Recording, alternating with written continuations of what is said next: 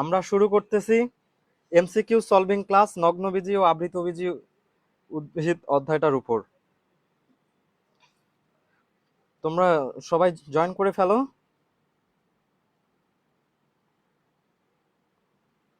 সবাই জয়েন করে ফেললে আমরা ক্লাসটা শুরু করে ফেলবো।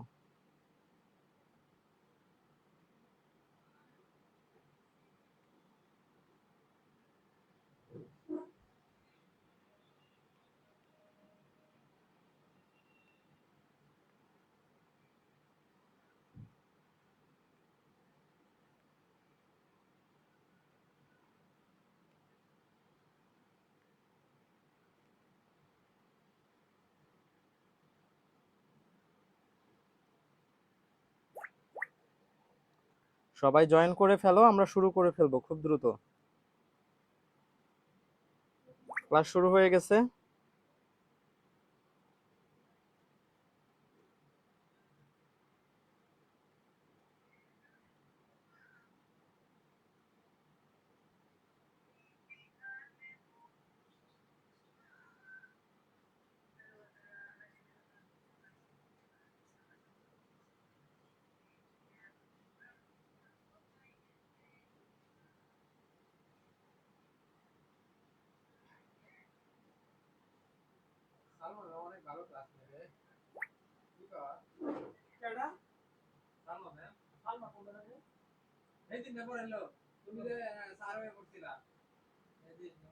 সবাই জয়েন করে ফেলো আর ফ্রেন্ডদেরকে মেনশন দিয়ে দাও দ্রুত।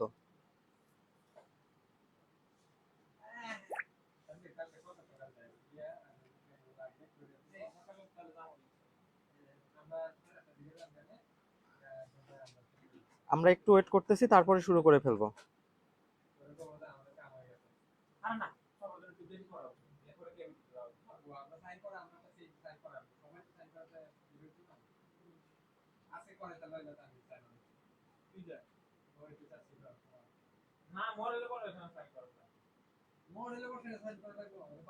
আর আমাদের বিভিন্ন গ্রুপে এটা শেয়ার করে দাও তো।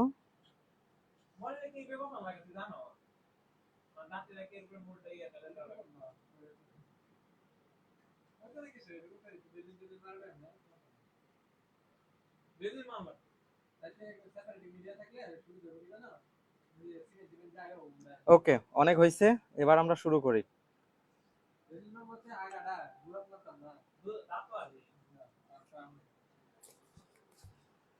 রাইকা, ওয়ালাইকুম আসসালাম। রাইকা কেমন আছো? এই আমার কথা কি ক্লিয়ার নাকি কথার মধ্যে নয়েজ আসে, ঝাপসা কোনো কিছু?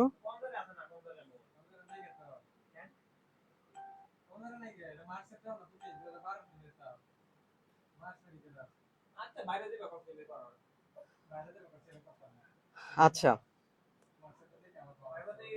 একটু ওয়েট করো, এই যে আমি একটু সেটিং ঠিক করে নেই, তারপরে ক্লাসটা শুরু করতেছি। হ্যাঁ,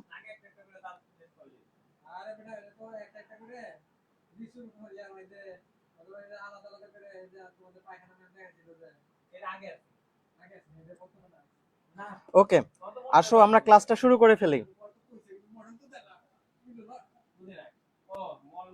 Cynthia, Richie, all clear? Okay, ঠিক আছে, আসো আমরা শুরু করতেছি।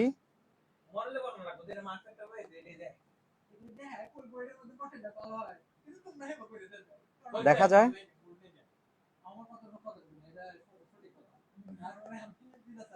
দেখো, নগ্নবীজি ও আবৃতবীজি, এটা আমি আমার পেইড ব্যাচের যে ক্লাস নিয়েছিলাম ন্যাফ্রন 2.0-তে, ন্যাফ্রন 2.1-এ, তো সেই ক্লাসের এইটা হচ্ছে তার এমসিকিউ সলিউশন। ঠিক আছে, দেখো তো এই 20-এর মধ্যে একজন হচ্ছে 16 পাইছে, ও বিভিন্ন ভুল করছে। তো ওর কি কি ভুল হয়েছে আমরা ওগুলা দেখব। দেখো এই কোয়েশ্চেনটা দেখো, দেখা যায় জিমনোস্পার্ম হলো নগ্নবীজি নাকি আবৃতবীজি? তোমরা কি জানো জিমনোস্পার্ম কি? দেখছো এই সহজ সহজ কোয়েশ্চেন গুলো আসবে। জিমনোস্পার্ম কি, নগ্নবীজি নাকি আবৃতবীজি? ভাইয়া দেখো, আমরা যদি অধ্যায়টাতে চলে যাই, অধ্যায়টার নাম হচ্ছে নগ্নবীজি ও আবৃতবীজি উদ্ভিদ। নগ্নবীজি মানে হচ্ছে জিমনোস্পার্ম, আবৃতবীজি মানে হচ্ছে অ্যানজিওস্পার্ম। খুবই সহজ কোয়েশ্চেন, কিন্তু যখন তুমি পরীক্ষা দিতে যাবা তখন এই কনফিউশন গুলো হয়ে যাবে যে জিমনোস্পার্ম যেন কি, নগ্নবীজি না আবৃতবীজি। তো এটা কিভাবে আমি মনে রাখতাম? ভাইয়া জিম করে না মানুষ? হ্যাঁ, মানুষ জিম করে। তো জিম কি বোরকা পরে করে বলো? না, জিম করতে হয় খুবই শর্ট ড্রেস পরে, অর্ধনগ্ন হয়ে জিম করতে হয়। মানে জিমের সাথে অর্ধনগ্ন এর একটা সম্পর্ক আছে, রাইট? তো এই যে নগ্নবীজি, নগ্নবীজি মানে জিমনোস্পার্ম, সঠিক অ্যান্সার নগ্নবীজি। আর ভুল হবে বলো? না। হ্যাঁ, রুবাইয়াত জাহান, সালমান ফার্সি, এমডিএসকে, ঠিক আছে, ভেরি গুড। আগামী দিনের অপেক্ষায়, জি ভাইয়া দেখা যায়, ওকে। ওয়ালাইকুম আসসালাম রুবাইয়াত, এমডিএসকে, আগামী দিনের অপেক্ষা। আচ্ছা, ঠিক আছে, তোমরা ফ্রেন্ডদের একটু মেনশন করে দাও তো। তাহলে পরের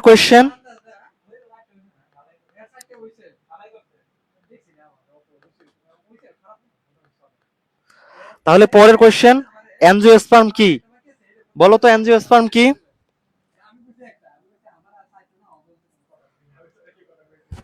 অ্যানজিওস্পার্ম কি? যদি জিমনোস্পার্ম নগ্নবীজি হয় তাহলে অ্যানজিওস্পার্ম অবশ্যই আবৃতবীজি হবে, ঠিক না? হুম, তোমরা সাথে সাথে কমেন্ট করে ফেলিও, ঠিক আছে? তাসনিয়া তাবাসসুম, আবু বকর বলছে আবৃতবীজি, ঠিক আছে, সঠিক অ্যান্সার এটা। ওকে, ডান।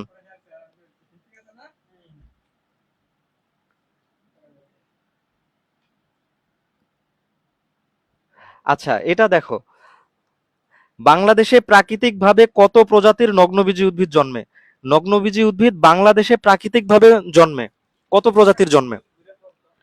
এই কোয়েশ্চেনটা মেডিকেলে অনেকবার আসছিল, প্রায় 3বারের মতো এ পর্যন্ত মেডিকেলে আসছে। সো অনেক ইম্পর্টেন্ট একটা কোয়েশ্চেন। বাংলাদেশে প্রাকৃতিকভাবে কত প্রজাতির নগ্নবীজি উদ্ভিদ জন্মে বলো তো? সঠিক অ্যান্সার হচ্ছে 5 প্রজাতির। এটা মনে রাখবা, ঠিক আছে? আসো মেইন বই আমরা দেখি যে এটা কোথায় আছে। এই যে লেখা আছে দেখো, যে বাংলাদেশে বিভিন্ন প্রায় 400 প্রজাতির নগ্নবীজি উদ্ভিদ আছে, কিন্তু প্রাকৃতিকভাবে বনে জঙ্গলে জন্মগ্রহণ করে 5 প্রজাতির নগ্নবীজি উদ্ভিদ। এটা মেডিকেলে আসছিল, হ্যাঁ। ওকে, আসো পরের কোয়েশ্চেনে যাই।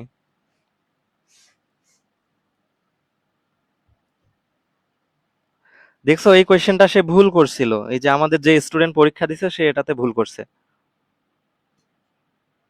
দেখো, কোনটি জীবন্ত জীবাশ্ম, সাইকাস নাকি উলফিয়া? কোনটি জীবন্ত জীবাশ্ম? ভাইয়া শোনো, এখানে অবশ্যই উদ্ভিদের কথা বলা হয়েছে, যে নিচের কোন উদ্ভিদটি জীবন্ত জীবাশ্ম বলো তো? হ্যাঁ, এই যে মোবাশিরিন ইসলাম সুন্দর করে লিখছে 3-এর 1, এইভাবে করে অ্যান্সার লিখবা, ঠিক আছে? তাহলে আমি বুঝবো যে 3-এর 1 নাম্বারটা তোমরা কমেন্ট করছো।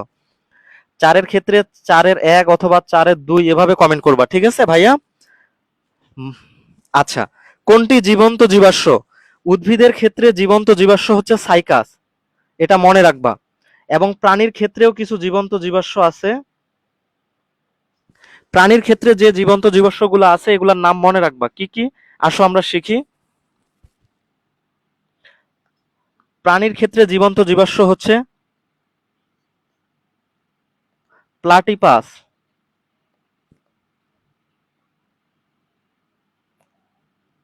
লেমুলাস, স্ফেনেডন, ল্যাটিমারিয়া। এই প্রাণীগুলা হচ্ছে জীবন্ত জীবাশ্ম।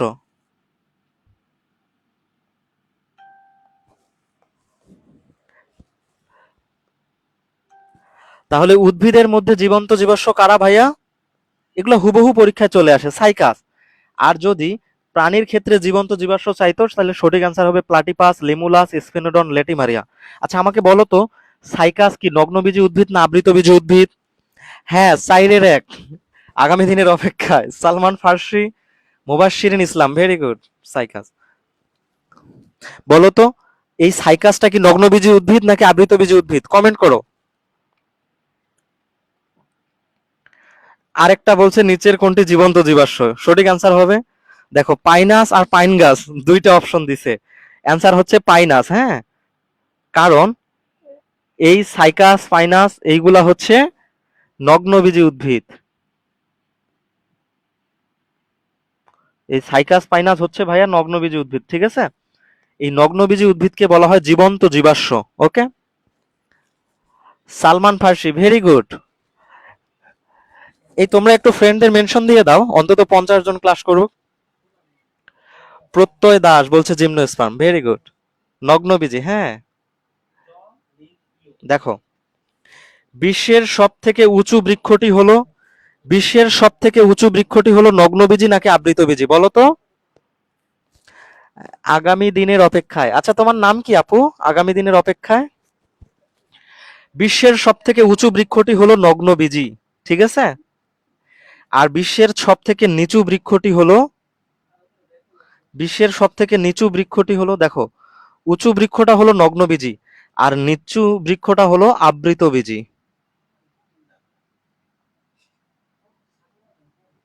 এখন পরীক্ষায় আরেকটু অ্যাডভান্স লেভেলের কোয়েশ্চেন আসতে পারে যে এই নগ্নবীজী,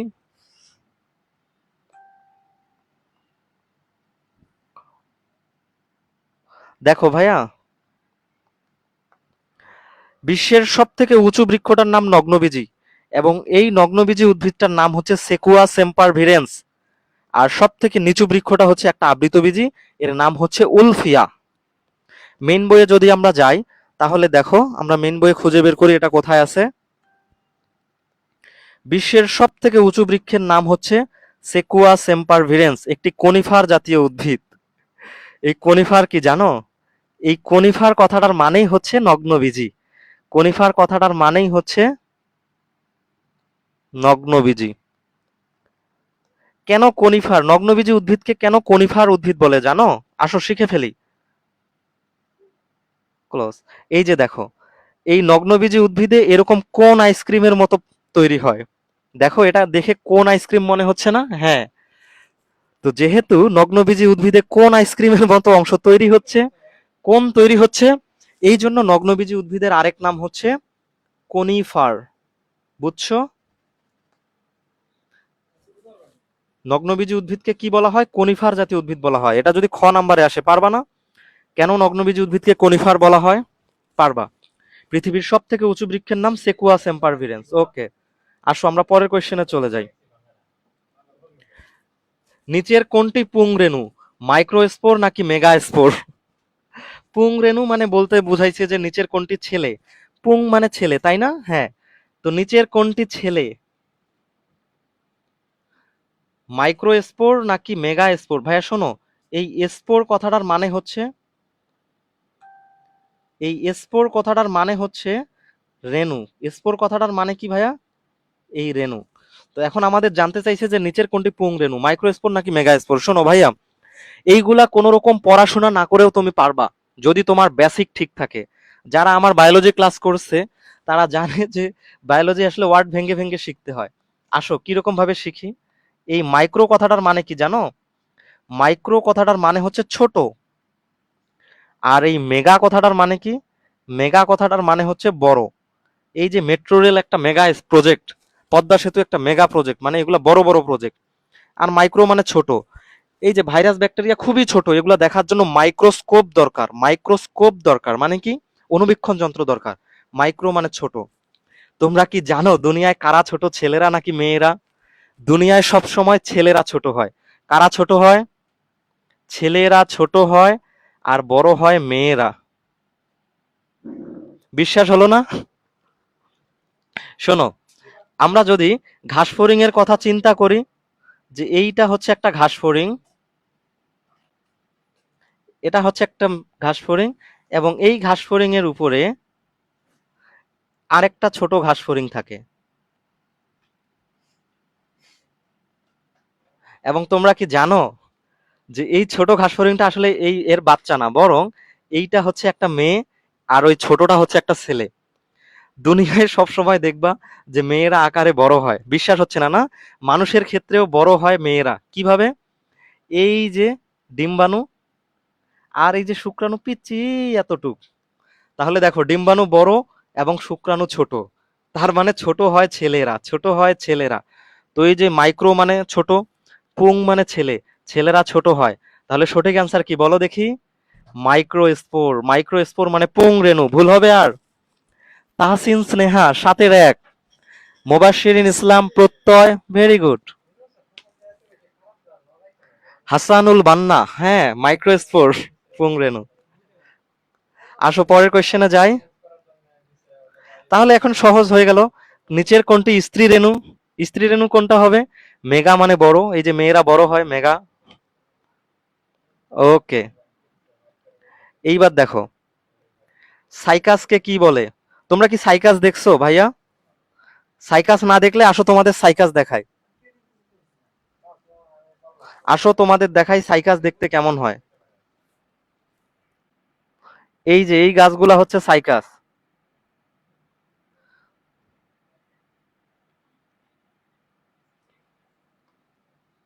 দেখতে পাচ্ছ? এইটা হচ্ছে একটা সাইকাসের গাছ। আচ্ছা, তো আমরা সাইকাস দেখলাম। সাইকাসকে কি বলে? সাইকাসকে বলে পাম ফার্ন নাকি সান ফার্ন? এটার হুবহু পরীক্ষায় অনেকবার আসছে। সাইকাসকে বলে পাম ফার্ন, মনে রাখবা, হ্যাঁ। সাইকাসকে কি বলে? পাম ফার্ন। আর সানফার্ন কাকে বলে? সানফার্ন বলে টেরিসকে। টেরিস একটা উদ্ভিদ। যারা গ্রামে থাকো তোমরা জানো যে ঢেকি শাক নামে এক ধরনের শাক আছে। শোনো, এই ঢেকি শাককে বলা হয় টেরিস, এই টেরিস হচ্ছে সানফার্ন। আর সাইকাসকে বলে পাম ফার্ন, মনে রাখবা, হ্যাঁ। কারণ এই সাইকাস দেখতে পাম গাছের মতো।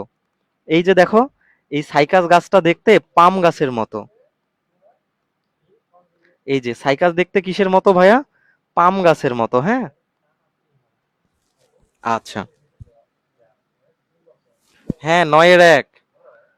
9-1 কারা কারা দিছ?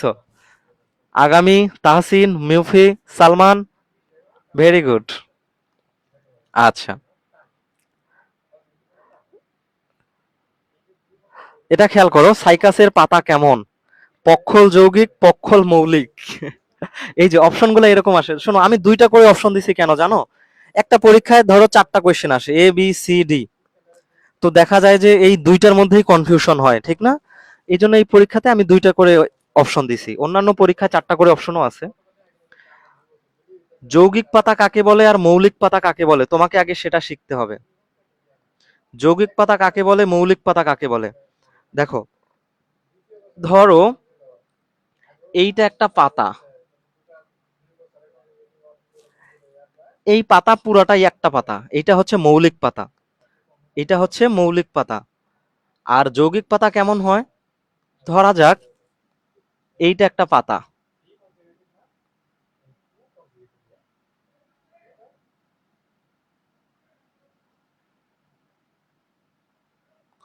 ধরা যাক এই পুরাটাই একটা পাতা।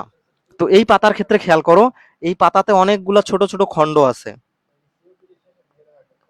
এই ছোট ছোট খণ্ড থাকে। যদি পুরাটাই একটা পাতা হয় তাহলে সেটা মৌলিক পাতা। আর যদি কোনো পাতায় অনেকগুলা খণ্ড থাকে তখন তাকে বলে যৌগিক পাতা। ওকে, তো এখন আমরা সাইকাসের একটা পাতা দেখবো। আসো, আসো আমরা দেখি সাইকাসের পাতা দেখতে কেমন হয়। এই যে দেখো, দেখতে পাচ্ছ? এইটা হচ্ছে সাইকাসের পাতা। এখন ভাইয়া দেখো তো, এই পাতাটায় অনেকগুলো খণ্ড আছে না? বলো।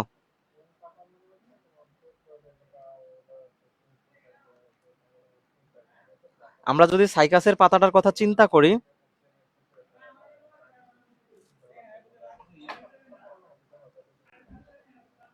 এই যে দেখো আমাদের সাইকাসের পাতা, এই পাতাটায় অনেকগুলো খণ্ড আছে। খণ্ড তাহলে কি যৌগিক পাতা না মৌলিক পাতা? কোনটা সঠিক বলো তো? সাইকাসের পাতা কেমন? সঠিক অ্যান্সার পক্ষল যৌগিক, এইটা সঠিক। ওকে, আচ্ছা, তাহলে সঠিক অ্যান্সার পক্ষল যৌগিক। এখন খেয়াল করো, এখানে আরেকটা বেসিক আমরা শিখে ফেলি। এই যে পাতার ছোট ছোট খণ্ড, পুরাটাই একটা পাতা বা লিফ। এখন এই পাতার যে ছোট ছোট খণ্ডগুলা থাকতেছে, সেই খণ্ডগুলাকে কি বলে জানো? এই খণ্ডগুলাকে বলা হয়, এই খণ্ডগুলাকে বলা হয় পিনা। খণ্ডগুলাকে কি বলে ভাইয়া? পিনা বলে। মনে থাকবে, পাতার ছোট ছোট খণ্ডগুলাকে কি বলে? পিনা বলে। এখানে আরেকটা কথা মনে রাখো, যে ধরো এই যে আমাদের কান, আমাদের দুইটা কান থাকে, ঠিক না? তো এই যে কান, শোনো, আমরা বাইরে থেকে এতটুকু অংশ দেখি, কিন্তু কান আসলে অনেক বড়। হ্যাঁ, কান অনেক বড়। আসলে তোমাদের দেখাই যে কানটা কত বড় হয়। একটা কান কত বড় হয়, আসো তোমাদের দেখাই।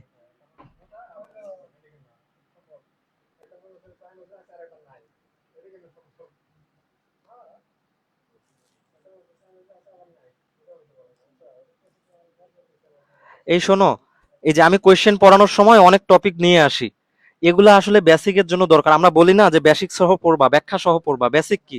এইগুলা হচ্ছে বেসিক। এই যে ভাইয়া খেয়াল করো, এই পুরাটা হচ্ছে কান। তো কানকে তিন ভাগে ভাগ করা হয়েছে। দেখো, এটা হচ্ছে বাইরের কান, এটা মধ্যের কান, এটা হচ্ছে ভিতরের কান। বহিকর্ণ, মধ্যকর্ণ, অন্তকর্ণ। তো বাইরের এই যেই অংশটুকু আমরা দেখতে পাই, এই অংশটাকেও বলা হয় পিনা। দেহের সব থেকে ছোট হাড্ডি কোথায় পাওয়া যায়? পিনায় পাওয়া যায়। এটাকে বলে পিনা, কানের পিনা, বুঝছো?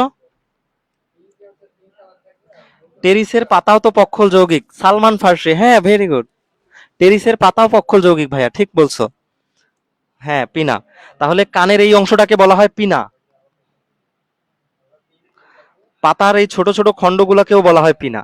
আর অনেকগুলো খণ্ড থাকলে তাকে বলে যৌগিক পাতা, একটা থাকলে তাকে বলে মৌলিক পাতা। ওকে,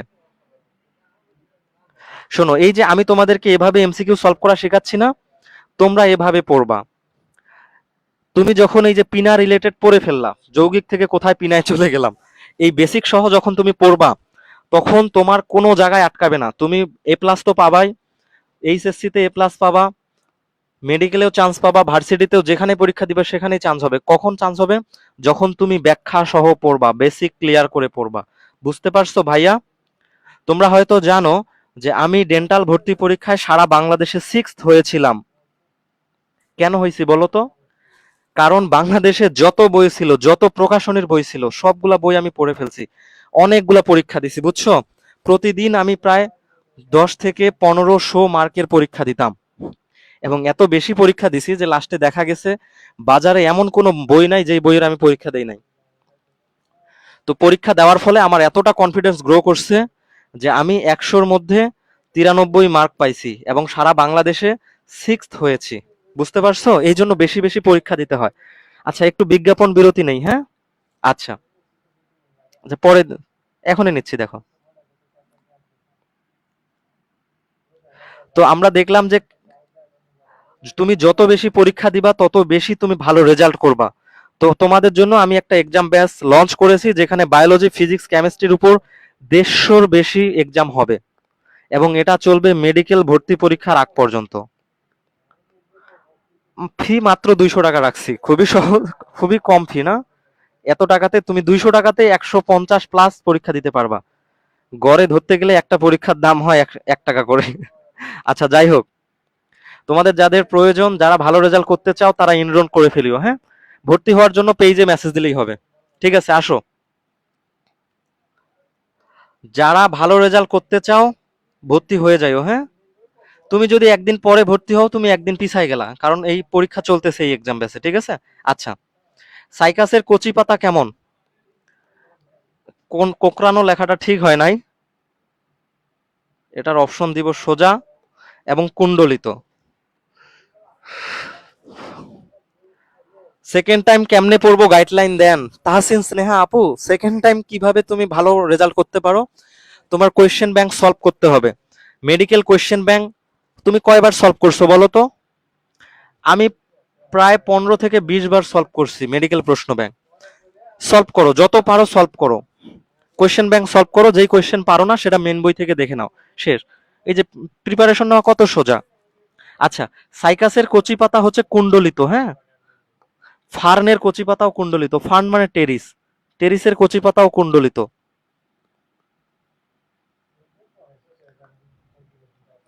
এই কুণ্ডলিত অবস্থার একটা সুন্দর নাম আছে, সেটাও মনে রাখবা। এটাকে বলা হয় সার্সিনেট ভার্নেশন। মনে রাখবা, হ্যাঁ, যে সাইকাসের কচি পাতা হচ্ছে কুণ্ডলিত। এই কুণ্ডলিত অবস্থাকে বলা হয় সার্সিনেট ভার্নেশন। ওকে, 11-2 মোবাশ্শিরিন ইসলাম, তাহসিন আগামী, রুবাইয়াত, ভেরি গুড। আচ্ছা, আসো আমরা মেন বই একটু ফেরত যাই। এই যে মেন বইকে সাথে নিয়ে পড়তে হয়, বুঝছো ভাইয়া? তুমি যত বেশি মেন বইয়ের সাথে অ্যাটাচ থাকবে তত ভালো রেজাল্ট করবা। এই যে কোচিং থেকে বিভিন্ন বই দেয়, কোচিং এর বইও পড়বা, কিন্তু কোচিং এর বই শুধু পড়ো, মেন বই পড়ো না, তাইলে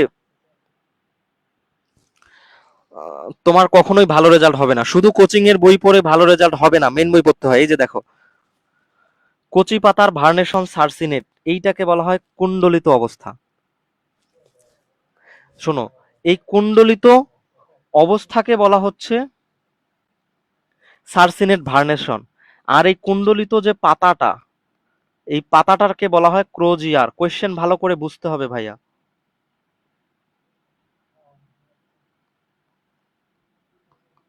শোনো, এই কুণ্ডলিত কচি পাতাকে বলা হয় ক্রোজিয়ার। এই যে কুণ্ডলিত পাতাটা এরকম কুণ্ডলিত থাকে, ছোট পাতাটা, তো এটা পাতাটাকে বলে ক্রোজিয়ার।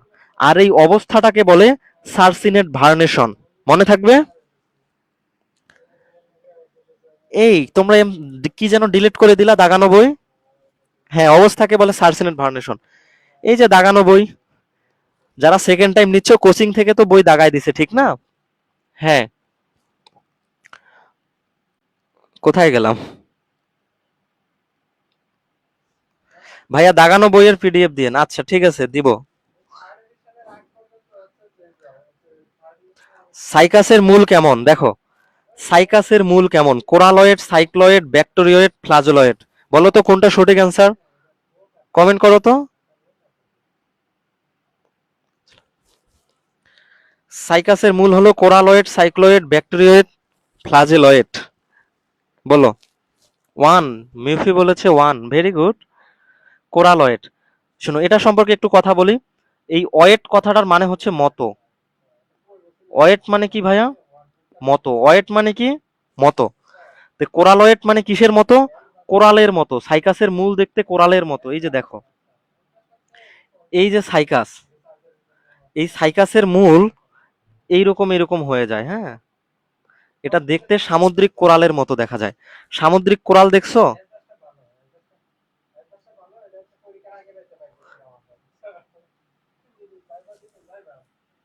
এই যে দেখছো, এগুলো হচ্ছে সামুদ্রিক কোরাল। সমুদ্রে যে এগুলো পাওয়া যায়, এগুলো হচ্ছে সামুদ্রিক কোরাল। তো এই আমাদের সাইকাসের মূল দেখতে এরকম কোরালের মতো দেখায়, এই জন্য এটাকে বলা হয় কোরালয়েড মূল। ঠিক আছে? এটা তোমরা যারা এইচএসসি পরীক্ষা দিবা তাদের খ নাম্বারে আসে, যে সাইকাসের মূলকে কোরালয়েড মূল বলা হয় কেন। আচ্ছা, এবার দেখো পরের কোয়েশ্চেন বলছে, সাইকাসের মূলের কোন স্তরে নষ্টক ও অ্যানাবেনা থাকে? সাইকাসের মূলের কোন স্তরে নষ্টক ও অ্যানাবেনা থাকে? শৈবাল স্তর, ছত্রাক স্তর, ব্যাকটেরিয়া, নাকি হচ্ছে ভাইরাস স্তর? বলো দেখি এটা সঠিক অ্যান্সার কি। 12 আগামী প্রিয়ান্তা চাকমা, তাহসিন, ঠিক আছে, ভালো বলছো। মুফি, রুবাইয়াত, প্রত্যয়, ভেরি গুড। সাইকাসের মূলের কোন স্তরে নষ্টক এবং অ্যানাবেনা থাকে বলো তো?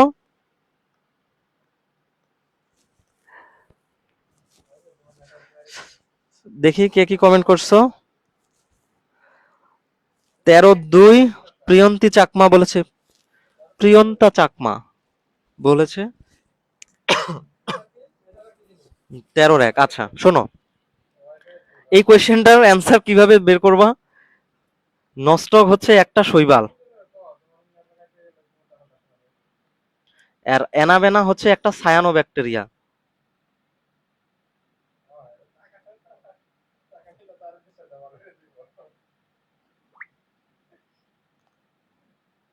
শোনো, এই নষ্টক হচ্ছে একটা শৈবাল এবং অ্যানাবেনা হচ্ছে একটা সায়ানো ব্যাকটেরিয়া। সায়ানো ব্যাকটেরিয়া আর ব্যাকটেরিয়া কিন্তু সেম না, কাজে আমরা বুঝলাম যে ব্যাকটেরিয়া স্তর হবে না, ছত্রাক স্তরও হবে না, ভাইরাস স্তরও হবে না। কি স্তর হবে বলো তো? শৈবাল স্তর। সঠিক অ্যান্সার শৈবাল স্তর। এবং এই সাইকাসের মূলে যে নষ্টক এবং অ্যানাবেনা থাকতেছে, এগুলা থাকার জন্যই সাইকাসের মূল দেখতে কোরালের মতো দেখায়, এই জন্য তার মূলকে কোরালয়েড বলে। এটা খ নাম্বারে আসবে, এইচএসসি বোর্ড এক্সামে খ নাম্বারে আসবে। যারা ঢাবির এক্সামের প্রিপারেশন নিবা, ঢাকা ভার্সিটির প্রিপারেশন নিবা, তোমাদের রিটেনে আসবে কেন সাইকাসের মূলকে কোরালয়েড বলে। ঠিক আছে? অনেক দিন পর ক্লাসে আসলাম ভাইয়া, ফারদিন কেমন আছো বলো? হ্যাঁ, এটা লিখিত পরীক্ষায় আসে না এরা। দেখো, সাইকাস হলো বায়ু পরাগী নাকি প্রাণী পরাগী? বলো দেখি কোনটা সঠিক অ্যান্সার। পরাগী মানে কি? পরাগী মানে পরাগায়ন। পরাগায়ন কিসের মাধ্যমে হয়? পরাগায়ন। এই যে পুংরেণু, এই পুংরেণুটা, এই পুংরেণুটা তো স্ত্রী রেণুর কাছে যাইতে হবে, বলো হ্যাঁ। তো এই পুংরেণুটা স্ত্রী রেণুর কাছে নিয়ে যায়, বায়ু নিয়ে যায় নাকি প্রাণী নিয়ে যায়? সাইকাসের ক্ষেত্রে কোনটা নিয়ে যায়? ভালো আছি ফারদিন, আলহামদুলিল্লাহ। শোনো, তো এই পুংরেণুটাকে স্ত্রী রেণুর কাছে নিয়ে যাবে, বিভিন্ন প্রাণী নিয়ে যেতে পারে। সেটা ঘাসফড়িং হতে পারে, মৌমাছি হতে পারে, এমনকি তুমিও হতে পারো, বাতাসও হতে পারে, পানিও হতে পারে। কিন্তু সাইকাসের ক্ষেত্রে এটা হচ্ছে 14 সঠিক অ্যান্সার কি? মুফ। আচ্ছা, রুবাইয়াত মিউফি বলেছে বায়ু। আচ্ছা ঠিক আছে, ভেরি গুড। সাইকাস হলো বায়ু পরাগী, হ্যাঁ এটা মনে রাখবা। দেখো এটা মেন বইয়ে কোথায় আছে তোমাদের দেখায় দেই। এই যে নগ্নবীজী উদ্ভিদ হচ্ছে বায়ু পরাগী, এবং এই নগ্নবীজী উদ্ভিদই হচ্ছে সাইকাস এবং পাইনাস। ঠিক আছে। আচ্ছা, বায়ু পরাগী ফারদিন, ভেরি গুড। এই যে এখানে একটা সুন্দর কোয়েশ্চেন আছে, গর্ভাশয় কিসে পরিণত হয়? গর্ভাশয় কিসে পরিণত হয় বলো তো? গর্ভাশয় কিসে পরিণত হয় বলো, তোমরা একটু কমেন্ট করো।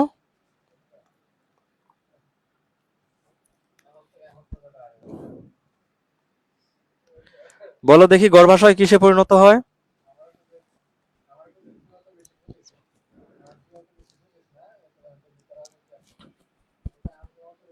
বলো বলো, ফলে পরিণত হয় নাকি বীজে পরিণত হয় নাকি ভ্রূণে পরিণত হয়? মিফি বলেছে দেখা যায় না। অপশন তো পড়ে শোনান। আচ্ছা আচ্ছা, এই যে গর্ভাশয় কিসে পরিণত হয়, ফলে নাকি বীজে নাকি ভ্রূণে? ফারদিন বলেছে ফলে। আচ্ছা, 15 মিফি বলেছে বীজ। আচ্ছা, দেখো আপু, আমরা একটু মেইন বইয়ে চলে যাব এই কোয়েশ্চেনের অ্যান্সার জানার জন্য। দেখো, নগ্নবীজী উদ্ভিদ এবং আবৃতবীজী উদ্ভিদের পার্থক্যটা হচ্ছে যে নগ্নবীজী উদ্ভিদের বীজ থাকে নগ্ন অবস্থায় এবং আবৃতবীজী উদ্ভিদের বীজ থাকে আবৃত অবস্থায়। ওকে, এখন খেয়াল করো, বীজটা নগ্ন অবস্থায় থাকতেছে আর বীজটা আবৃত অবস্থায় থাকতেছে কেন? এই যে যেমন আম, এই আম আমাদের হচ্ছে আবৃতবীজী উদ্ভিদ। এই যে আমের বীজ এবং আমের বাইরে ফল থাকে, ফল ত্বক থাকে। তার মানে আমরা বুঝলাম যে যে সকল উদ্ভিদে ফল থাকে ওই উদ্ভিদগুলো আবৃতবীজী উদ্ভিদ হয়, আর নগ্নবীজী উদ্ভিদে ফল থাকে না, শুধু শুধু বীজ থাকে, মানে ডিরেক্ট বীজটা গাছের মধ্যে ধরে থাকে। এই যে দেখছো, ডিরেক্ট বীজ ধরে আছে। এখন এই যে দেখো, এই গর্ভাশয় একটা স্ত্রী স্তবকের অনেকগুলো অংশ থাকে, স্ত্রী স্তবকের অনেকগুলো অংশ থাকে, হ্যাঁ এখানেই আট করে দেখাচ্ছি।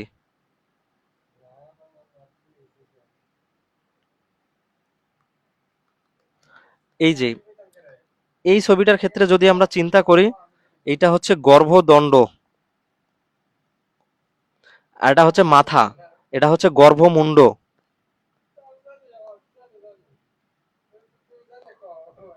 এবং এই অংশটার নাম হচ্ছে গর্ভাশয়। ঠিক আছে। আর এই যে ভিতরে একটা কিছু আছে, এটা হচ্ছে ডিমের মতো, এটার নাম হচ্ছে ডিম্বক।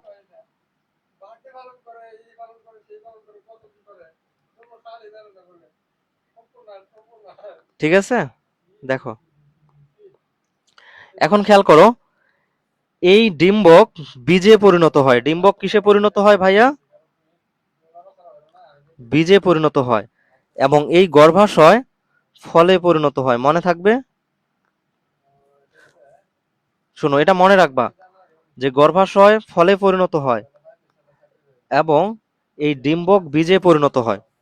তাহলে এই ডিম্বক নগ্ন বীজের মধ্যেও থাকে, আবৃত বীজের মধ্যেও থাকে, বীজই মানে বীজ থাকে। তাহলে ডিম্বক তাদের থাকে। আর এই যে গর্ভাশয়, গর্ভদণ্ড, এগুলা শুধু আবৃত বীজির থাকে, নগ্ন বীজির থাকে না। গর্ভাশয় থাকে না, গর্ভাশয় থাকে না জন্য ফলও তৈরি হয় না এবং বীজটা নগ্ন অবস্থায় থাকে। ঠিক আছে, মনে থাকবে এগুলো। আচ্ছা, তাহলে গর্ভাশয় কিসে পরিণত হয়? ফলে পরিণত হয়।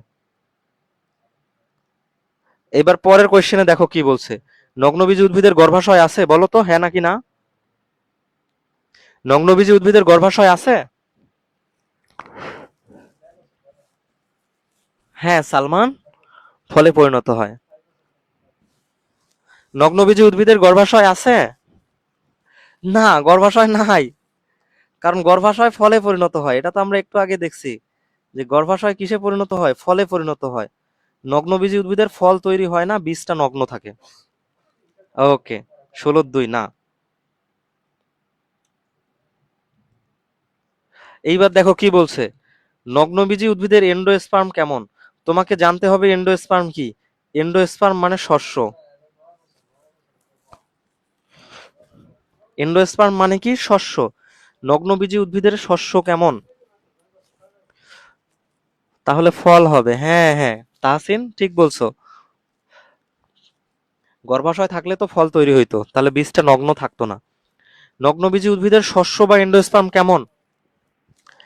আসো মেন বই থেকে দেখি যে এটা কোথায় আছে। এই যে নগ্নবীজি উদ্ভিদের এন্ডোস্পার্ম বা শস্য হ্যাপ্লয়েড। হ্যাপ্লয়েড মানে হচ্ছে এন। হ্যাপ্লয়েড মানে কি ভাইয়া?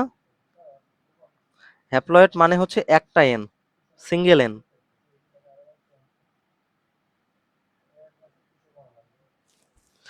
আর আমাদের মিস্টার আবৃতবীজি উদ্ভিদ, আবৃতবীজি উদ্ভিদের এন্ডোস্পার্ম হচ্ছে ট্রিপ্লয়েড। ট্রিপ্লয়েড মানে হচ্ছে থ্রাইস এন, তিনটা এন। দেখো, এটা নিষেকের পরে উৎপন্ন হয়, আর এইটা নিষেকের আগেই তৈরি হয়, এই জন্য সিঙ্গেল থাকে। ঠিক আছে, এটা মনে রাখবা, এগুলা থেকেই এমসিকিউ আসে। নগ্নবীজি উদ্ভিদের এন্ডোস্পার্ম কেমন? হ্যাপ্লয়েড। তাহলে নগ্নবীজি উদ্ভিদের শস্য কেমন? একই কথা বলছে, শস্য মানেই এই এন্ডোস্পার্ম মানেই শস্য, তাহলে সেটা কি হবে? হ্যাপ্লয়েড। দেখো, নগ্নবীজি উদ্ভিদের শুক্রাণু কেমন? সব থেকে বড় নাকি সব থেকে ছোট? বলো তো কি। শোনো, নগ্নবীজি উদ্ভিদের শুক্রাণু দেখতে বিশাল বড়, অনেকটা লাটিমের মতো, অনেক বড়। হ্যাঁ, এটা দেখতে লাটিমের মতো। এটা হচ্ছে সব থেকে বড়, সর্ববৃহৎ। 18-র এন আর 19-এর হচ্ছে 1। হ্যাঁ, সর্ববৃহৎ। আসো, যদি আমরা মেইন বইয়ে দেখতে চাই,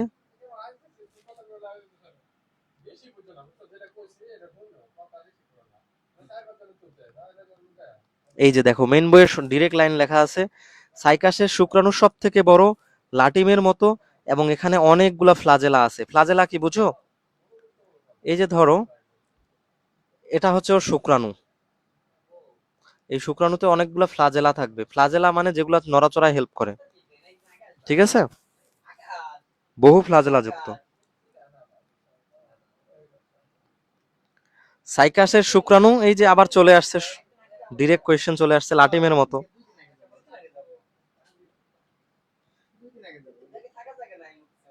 এই যে আমরা 20টা এমসিকিউ দেখে ফেলছি। বলো আজকের ক্লাসটা তোমার কেমন লাগছে? তোমরা যদি চাও,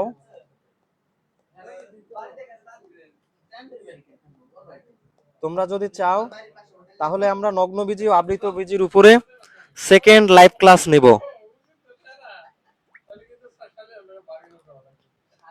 তোমরা চাইলে আমি দ্বিতীয় লাইভ ক্লাস নিব। হ্যাঁ মুফি, যেসব ওয়ার্ড বোল্ড করা আছে ওগুলো বেশি পড়বা। প্রত্যয় দাস বলছে ক্লাসটা ভালো লাগছে। আচ্ছা, তোমরা চাইলে আমি তোমাদের জন্য দ্বিতীয় একটা লাইভ ক্লাস নিব আবার। মানে নগ্নবীজি তো শেষ হয় নাই, আরো তো বাকি আছে, ঠিক না?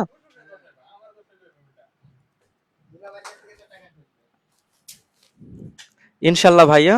আর তোমরা তোমাদের ফ্রেন্ডদেরকে বলো না কেন, এই যে মাত্র 15-20 জন ক্লাস করলে কি আমার ভালো লাগবে বলো? শোনো, আমাদের একটা কোর্সের অ্যানাউন্সমেন্ট করি, ন্যাফ্রন 3.0 ফুল বায়োলজি কোর্স।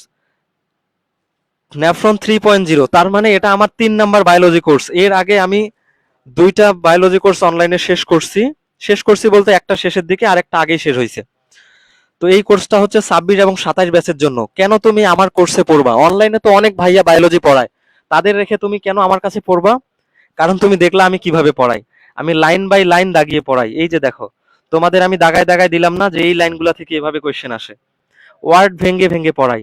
এই যে আমরা মাইক্রো মানে ছোট, ম্যাক্রো মানে বড়, এগুলা দেখলাম না? তুমি আমার বায়োলজি ক্লাস করলে অনেক বায়োলজিক্যাল টার্ম শিখতে পারবা, অনেক মেডিকেল টার্ম শিখতে পারবা। এর ফলে ভার্সিটি পরীক্ষায় বা তোমার মেডিকেল পরীক্ষায় বা বোর্ড পরীক্ষায় অনেক কোয়েশ্চেন আসবে যেগুলো তুমি জানো না, কিন্তু ওয়ার্ড মিনিং জানার কারণে সঠিক করতে পারবা। এই যে লাইন ভেঙে ভেঙে ওয়ার্ড ভেঙে ভেঙে পড়ার এগুলো সুবিধা। প্রতিটা ক্লাসের উপর আমি এমসিকিউ এক্সাম নেই। মেন্টরশিপ, মেন্টরশিপ মানে হচ্ছে তুমি যে কোনো প্রবলেমে আমার সাথে কথা বলতে পারবা, আমি তোমার ডিরেক্ট মেন্টর হিসেবে কাজ করব। এছাড়াও এইচএসসি মেডিকেল ভার্সিটির প্রশ্ন সলভ আমি তো করাচ্ছি, এই যে কোয়েশ্চেন সলভ করাচ্ছি, তাই না? হ্যাঁ। তো এটার কোর্স ফি হচ্ছে মান্থলি মাত্র 1,000 টাকা। কোর্স ফি মাত্র মান্থলি 1,000 টাকা। 7 মাসের মধ্যেই তোমাদের ফুল বায়োলজি কমপ্লিট হয়ে যাবে, আর কোথাও বায়োলজি পড়তে হবে না। ইভেন তুমি যখন কোচিং করবা না, মেডিকেল কোচিং, এবং তুমি অবাক হয়ে যাবা যে আরে এগুলো তো নূর ভাই আগেই পড়াই দিছে। শোনো, আমি তো মেডিকেল স্টুডেন্টও পড়াইছি। আমি উদ্ভাসের বায়োলজি টিচার হিসেবে 2 বছর ছিলাম, এরপর উদ্ভাস থেকে রিজাইন করছি, এখন বায়োলজি ভাইয়াতেই পড়াই। তো আমি তোমাদেরকে এমন ভাবে পড়াবো যে তোমার মেডিকেল প্রিপারেশনও কমপ্লিট হয়ে যাবে, ভার্সিটির জন্য আলাদা কোনো কোর্সে পড়া লাগবে না, সব একবারই কমপ্লিট হয়ে যাবে। যারা 26 ব্যাচের আসো এবং নতুন 27 ব্যাচের আসো, ভর্তি হওয়ার জন্য ইনবক্সে মেসেজ দিও, ঠিক আছে? আর আর একটু বলি, এই যে আমাদের এক্সাম ব্যাচ, মাত্র 200 টাকায় বায়োলজি ফিজিক্স কেমিস্ট্রির 150+ এক্সাম দিতে পারবা। যাদের লাগবে তারা ইনবক্সে নক দিও, ঠিক আছে? আর শোনো, তোমরা যদি চাও তাহলে আমি নগ্নবীজি আবৃত বীজির উপর আরেকটা ক্লাস নিব, সেকেন্ড লাইভ ক্লাস। কিন্তু ভাইয়া তোমাদের একটা কাজ করতে হবে, তোমাদের ফ্রেন্ডদেরকে বলতে হবে, হ্যাঁ? আমি তোমাদের জন্য এই যে সময় বের করে ক্লাস নেব, তোমরা একটু ফ্রেন্ডদের বলতে পারবা না? এই যে আমাদের ক্লাস নেওয়ার কথা ছিল 10টা 30-এ, কিন্তু আমার আসতে আসতে 10টা 45-40 হয়ে গেছে। আমি আসলে স্টুডেন্টদের পড়াইলাম তো।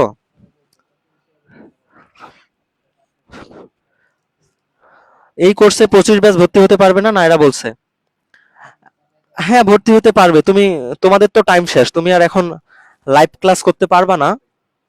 25 ব্যাচ রেকর্ডেড ক্লাস করতে পারবা। আর 26 বা 27 ব্যাচ ওরা হচ্ছে রেকর্ডেড ক্লাস চাইলে করতে পারবে, কিন্তু ওরা লাইভ ক্লাস করবে সব, ঠিক আছে? আচ্ছা, নেক্সট ক্লাস কবে করতে চাও আমাকে জানাইও। সম্ভবত আজকে রবিবার, সোমবার, মঙ্গলবার, আগামী মঙ্গলবার আমি তোমাদের নেক্সট লাইভ ক্লাস নেব, ঠিক আছে? সবাই ভালো থাকো, আল্লাহ হাফেজ। শোনো, আজকের ক্লাসটা কেমন রাখছে আমাদের গ্রুপের রিভিউ দিও, হ্যাঁ? বায়োলজি ভাইয়া গ্রুপে রিভিউ দিও, ঠিক আছে? ওকে, ক্লাসটা অফ করে দিচ্ছি।